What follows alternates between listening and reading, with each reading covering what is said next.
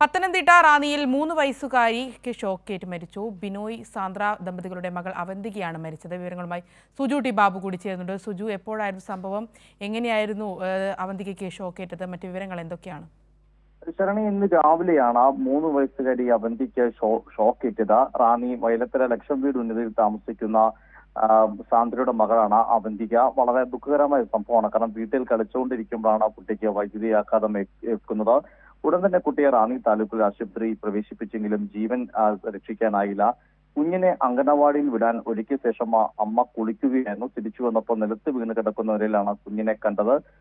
അമ്മയും ഉടനെ കുഞ്ഞിനെ തൊട്ടുമ്പോൾ ഷോക്ക് ഏൽക്കുകയും ചെയ്തു. സാന്ദ്രയ്ക്കും ഷോക്ക് ഏൽക്കുകയും ചെയ്തിരുന്നു.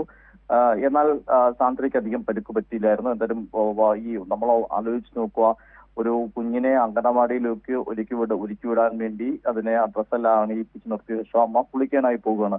വളരെ സന്തോഷത്തോടെ കടന്നു പോകേണ്ട ഒരു ദിവസത്തിലാണ് ഇത്തരമൊരു അപകടം ഉണ്ടാകുന്ന ഏറെ ദുഃഖകരവും ദാരുണമായ സംഭവമാണ്. ഈ വീട്ടിലുണ്ടായിരുന്നത് വെച്ചിരുന്ന എക്സ്റ്റൻഷൻ ബോർഡിൽ നിന്നാണ് ഷോക്കേറ്റതെന്നാണ് സംശയിക്കുന്നത്. ശരണ്യ.